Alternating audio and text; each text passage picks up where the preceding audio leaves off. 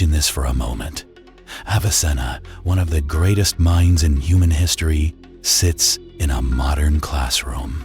He opens the exam paper, looks at the multiple choice questions, the strict time limit, the demand to memorize definitions word for word, and then he fails.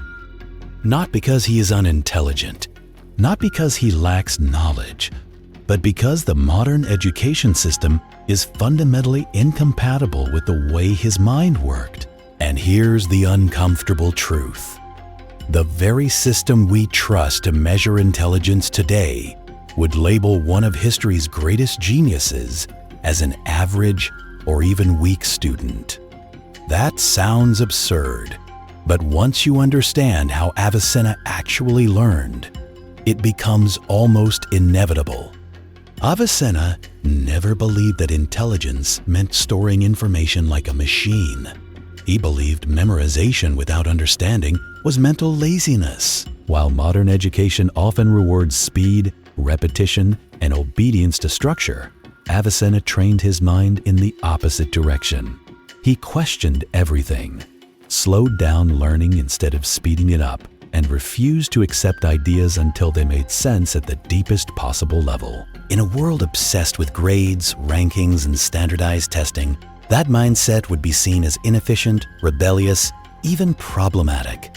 From a very young age, Avicenna showed extraordinary curiosity, but what made him different was not how much he studied, it was how he studied. He would read a text, not once or twice, but repeatedly, each time from a different perspective. He did not move forward until he could explain the idea to himself without relying on the original words. In modern exams, this habit would cost him time. He would overthink questions designed for quick answers. He would challenge assumptions instead of choosing the best option. And he would likely run out of time long before finishing the test. Modern education values coverage. Avicenna valued depth. Today, students are praised for completing syllabi, for touching many subjects lightly, for moving fast. Avicenna did the opposite.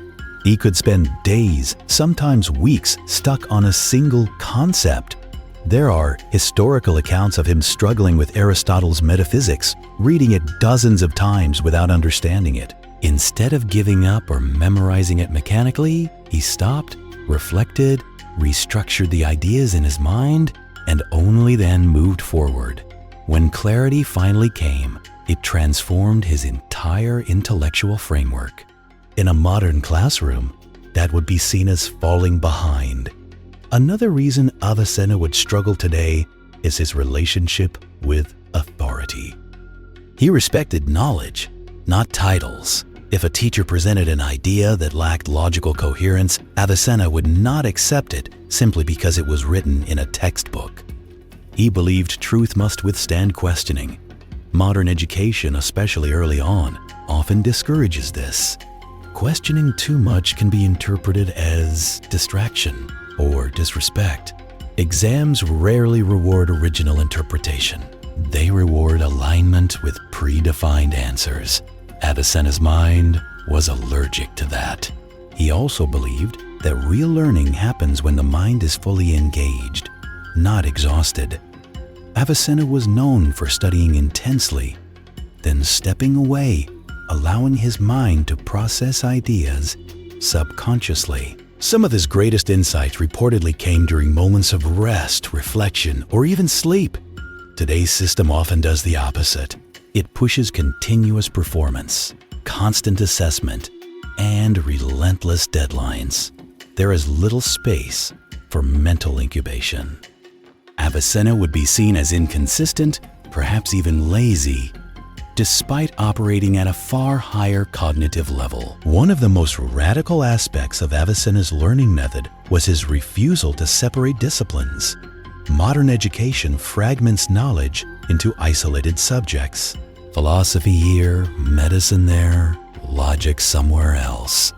Avicenna saw knowledge as an interconnected whole. When he studied medicine, he used philosophy. When he studied philosophy, he used mathematics. and logic. This cross-disciplinary thinking gave him extraordinary insight, but modern exams punish it. Answers that blend fields can be marked as incorrect, even if they are more accurate. Then there is the issue of speed. Modern exams are obsessed with time. Fast thinking is equated with intelligence. Avicenna believed the opposite. He believed slow thinking, deliberate reasoning, and mental struggle were signs of true understanding. He would rather answer one question perfectly than 10 questions superficially. In a timed exam environment, that philosophy is disastrous. He would sacrifice scores for clarity, depth, and truth. Avicenna also relied heavily on mental visualization. He would reconstruct ideas in his mind, turning abstract concepts into internal models. This made his understanding durable and flexible.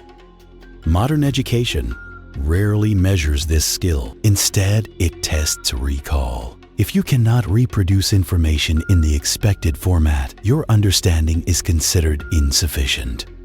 Avicenna's mind did not work in templates. It worked in systems. Perhaps the biggest reason Avicenna would fail modern exams is that he learned for transformation, not validation.